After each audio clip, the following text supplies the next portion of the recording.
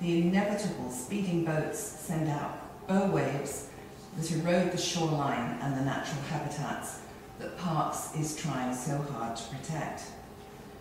One of the worst areas is between Kentville and Barretts Rapids. The OPP hopefully will be involved and will begin ticketing speeders starting this coming summer. And if you want to know more about this program, I recommend that you attend the annual general meeting of the Friends of the Rideau on May the 9th, probably in Merrickville, where Heather Thompson will be speaking about the landscape assessment strategy that Parks Canada is going to come up with. Over the years, North Grenville has accomplished a lot. Since the mid-1980s, a huge photographic inventory has been accumulated. A good mixture of both private homes and structures owned by the town have been designated under Part 4 of the Heritage Act, and we are designating 2 or 3 buildings each year. Part 5 of the Heritage Act is that which governs the designation of heritage conservation districts, where a group of buildings are preserved together and where infill is restricted to structures that will complement those already there. The Heritage Act is administered out of the Ministry of Culture on University Avenue in Toronto. To this point, most of their work has been concentrated in southern and western Ontario. We in the east have sort of not been in their eyesight. However, with the Rideau Waterway now, the ministry is beginning to look at us and say, oh, you know, maybe we should be up there helping these folks a bit more. So I'm hoping that the ministry consultants will be along to give us some help with a couple of items that we have coming up. How do we go about designating a single building or a heritage conservation district? Most municipalities, and North Grenville is no different, prefer an owner to approach the Heritage Committee to ask if their home should or could be designated. An individual structure can be designated for architectural and/or cultural heritage reasons. The municipality, in most cases, will have an inventory of buildings which is divided up into categories. This one isn't divided into categories yet, with the most important buildings being those that should be designated first. As I said before, the municipality would prefer an owner to approach the committee, but if that does not happen, then the committee or municipal staff will approach an owner and ask if they would be willing to have their home designated. Should the owner agree, then a report is drawn up setting out the reasons for designating the property and giving a physical description of the property. A copy of the report will be given to the owner and also published in the local paper for 3 weeks in a row. If there is no objection, registered with the municipality within 30 days of the last notice, then the municipality will pass a bylaw designating the property.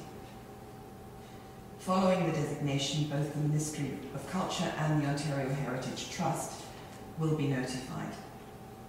Should the owner not agree to designate, the municipality will usually abide by the owner's wishes, and that's just fine. Only in extreme cases will the municipality go against an owner, and to my knowledge, that has only happened once in North Grenville, and that was just across the road here.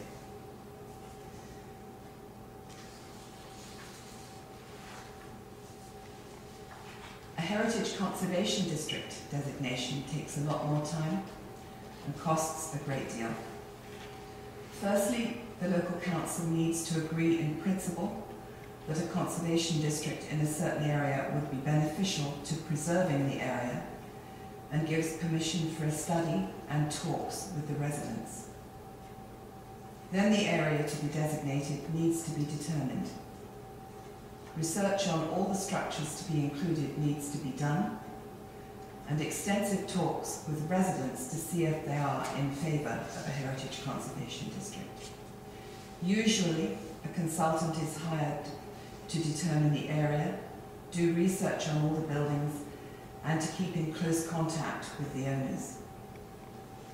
The consultant would also serve as a buffer between the Municipal Heritage Committee, the residents of the proposed district, and the local council. In addition, the Ministry of Culture assigns a representative to help guide the committee through all the prospective pitfalls.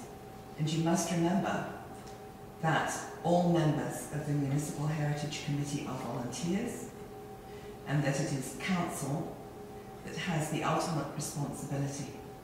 Consultant fees for the study of heritage conservation districts are usually in the $50,000 to $100,000 range, much too much for small municipalities like ours. If the municipality has under 15,000 residents, they can apply for funding from the Trillium Foundation. Once all reports, consultations and all permissions are needed or obtained, then once again the residents of the area are sent copies, a copy is advertised in the newspaper, and once again 30 days needs to pass to see if there are any objections before the bylaw is passed and the Heritage Conservation District becomes a reality. There is one phrase that comes up again and again. You're not going to tell me what to do with my house. And that has been heard many, many times in North Grenville. There is a misconception that designating a building means the Municipal Heritage Committee will flex its non-existent muscles, lay down the law as to paint, colour, windows, doors, all repairs, etc., etc., etc. And that is completely untrue. For a start, most designations apply to the exterior of the structure only. Only in very rare instances, and usually when an owner requests it, are interior features included in the designation bylaw. The only time an owner would have to approach the township is when putting on an addition or physically changing the exterior of a designated building. The design of the addition would have to be approved by the committee. The perfect example of the owner of a designated building and the town working together is the Brigadoon restaurant right here in Oxford Mills.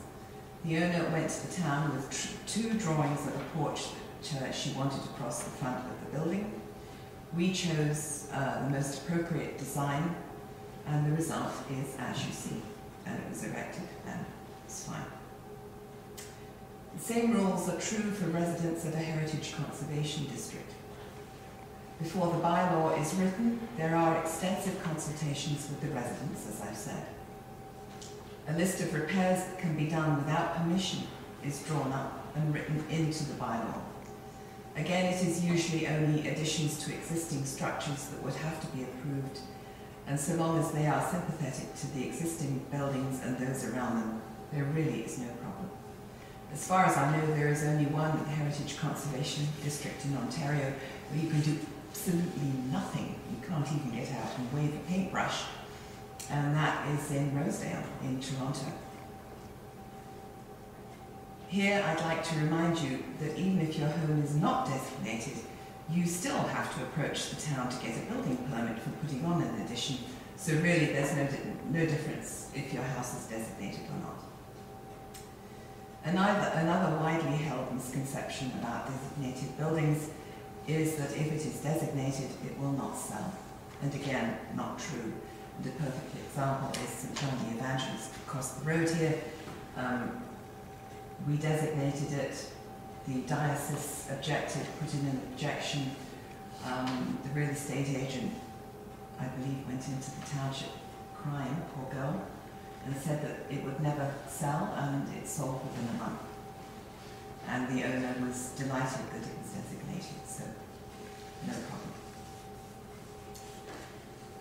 So far in Eastern Ontario and in North Grenville in particular, we have not come under the extreme development pressure that exists in the Golden Horseshoe around Toronto.